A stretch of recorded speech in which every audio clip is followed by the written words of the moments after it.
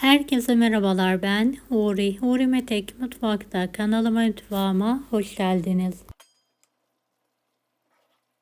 Pratik, lezzetli akşam yemeği menüsü tarifi hazırlıyorum. Evet, menümüzde ezogelin çorbası,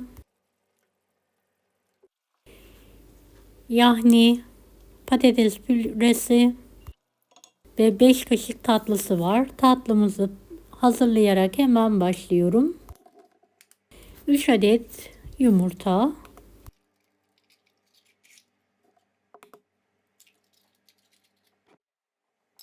5 yemek kaşığı toz şeker,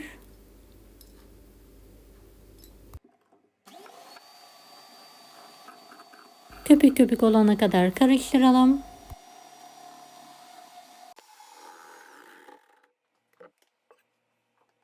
5 yemek kaşığı sıvı yağ,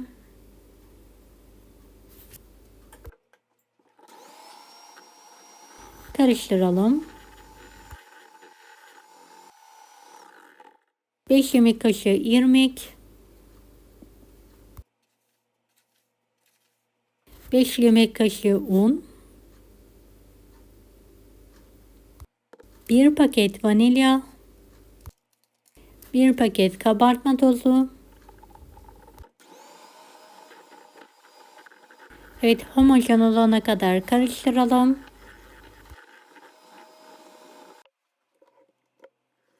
Evet, kıvamı gözüme koyu geldiği için 2 yemek kaşığı su ilavesi yapıyorum ve karıştırıyorum.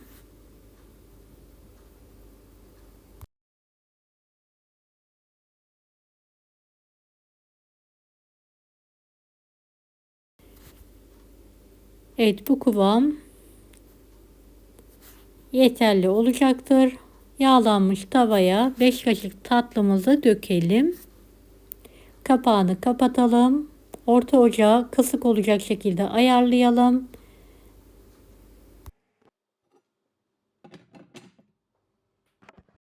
Ve pişirmeyi bırakalım. Şerbetimiz için 1 su bardağı toz şeker, 3 su bardağı soğuk süt, şekeri eriyene kadar karıştıralım.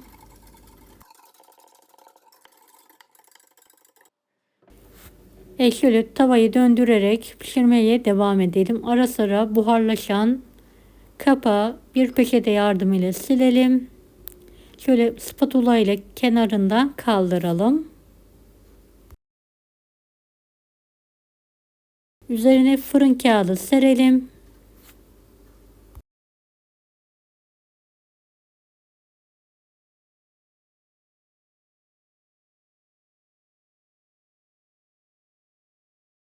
Dikkatlice pasta tabağı yardımıyla tatlımızı ters çevirelim.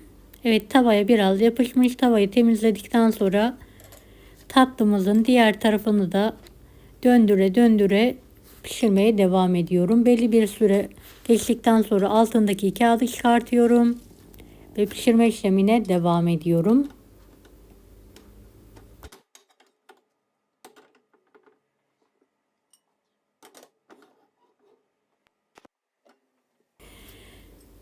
Evet, şöyle bir kürdan testi yaptım. Pişmiş. Altını da kontrol ediyorum. Altını kapatıyorum.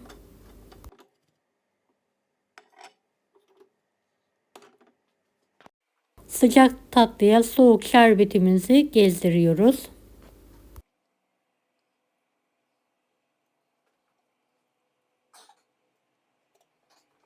Evet, en az 3 saat buzdolabında dinlenmeye bırakalım.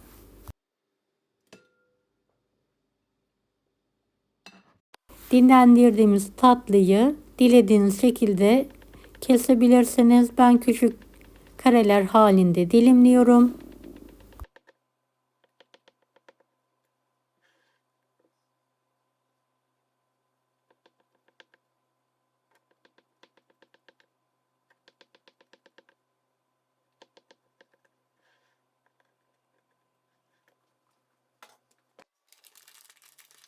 Üzerine fındık, fıstık, antep fıstığı istediğiniz şekilde süsleyebilirsiniz.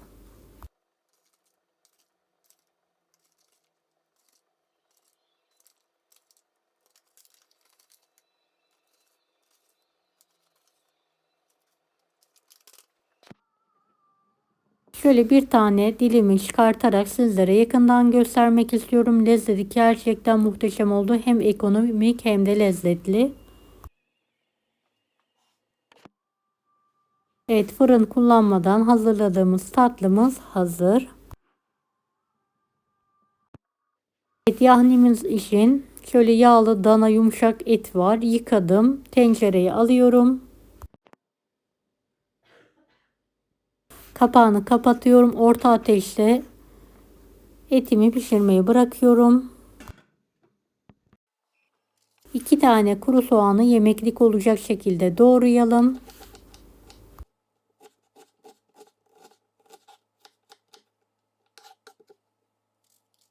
Beni hangi ülkeden veya şehirden izliyorsunuz merak ediyorum. Yoruma yazarsanız sevinirim.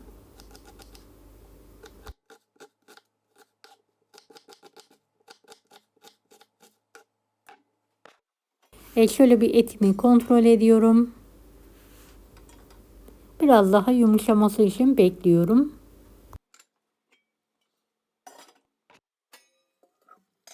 Evet, yumuşayan etimin üzerine doğradığım kuru soğanı, biraz da sıvı yağını gezdiriyorum. Şöyle bir karıştıralım.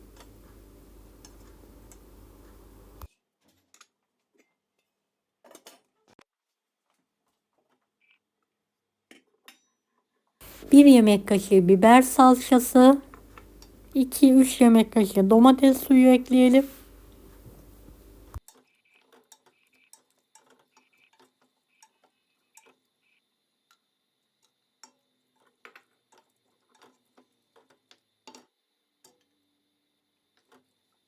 Ve şöyle bir karıştıralım.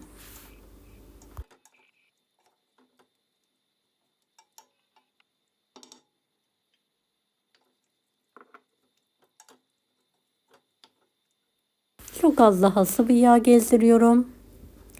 Kapağını kapatarak kısık ateşte pişirmeyi bırakıyorum. Gerekirse kenarından şöyle kaynamış sıcak suyu azar azar dökerek pişirelim. Evet, kontrol ediyorum. Piştikten sonra tuzunu ilave ediyorum.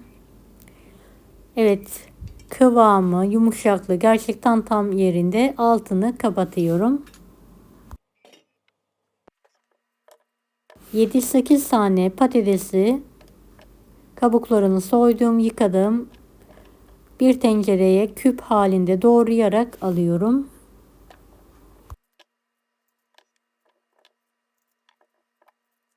Üzerine 2 tatlı kaşığı tuz, üzerine geçecek kadar soğuk su ilave ediyorum. Yumuşayana kadar haşlamayı bırakıyorum. Yumuşadıktan sonra süzelim. Evet, patatesleri süzgeçten geçirerek püre haline getirelim.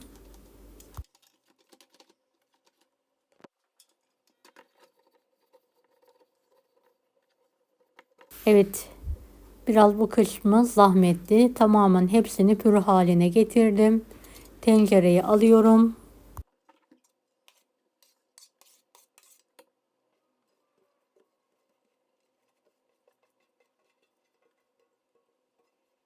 Tenceremi ocağın üzerine alıyorum. Bir parça tereyağı ekliyorum.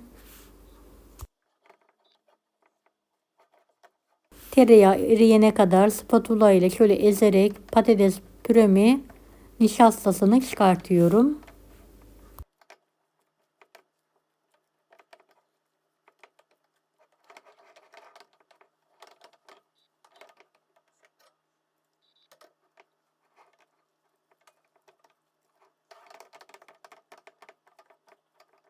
Bir buçuk su bardağı sıcak sütü azar azar ekleyerek püremi kıvama gelene kadar karıştırarak eziyorum.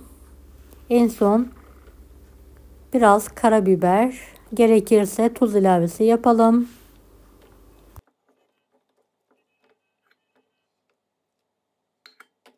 Evet, en son sütü de ekliyorum. Kısık ateşte kıvama gelene kadar bu şekilde pişiriyorum.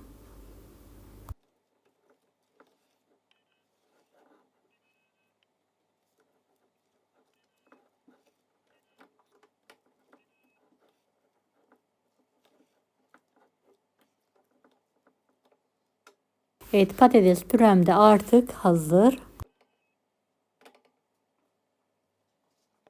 Ezogelin çorbam için şöyle 1,5 kuru soğanı şöyle iri iri doğruyorum ve tencerenin içine alıyorum.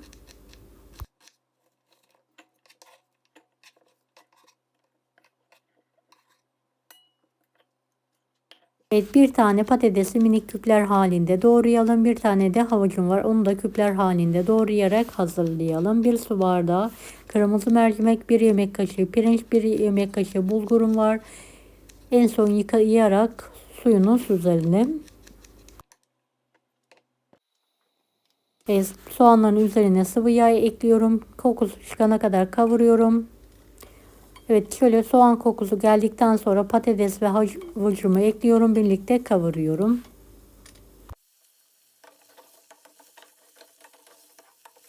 Evet, kırmızı mercimek ve bakliyatlarımı süzdükten sonra ilave ediyorum. Kavuruyorum.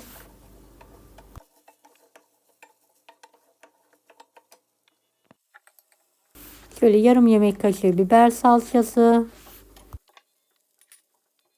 2 yemek kaşığı domates suyu karıştırıyorum.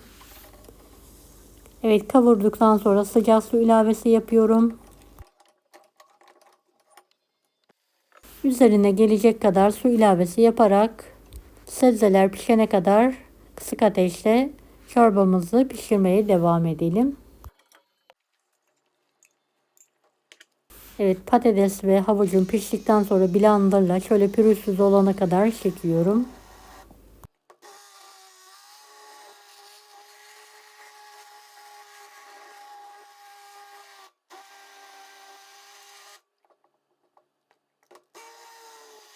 Üzerindeki köpük dağıldıktan sonra kuru nane ekliyorum. Tuzunu ekliyorum. Çorbam hazır. Evet, pratik akşam yemeği menüm hazır. Patates püreniz soğuduktan sonra biraz süt ekleyerek ısıtarak servise hazırlayabilirsiniz.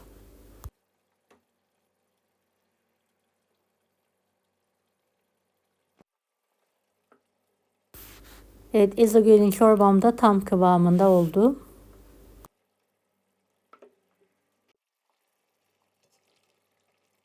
Evet, yahnim de hazır.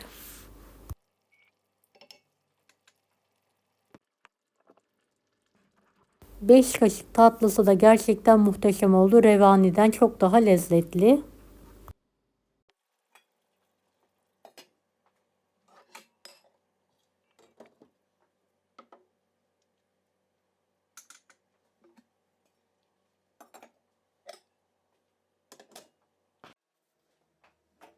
Evet, et ve patates püresini servise hazırlıyorum.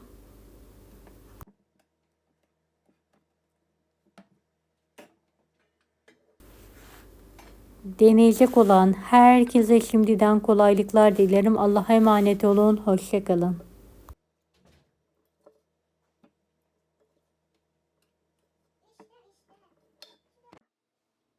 Daha farklı tarifler için bunları da izlemeyi unutmayınız. Kolay gelsin herkese.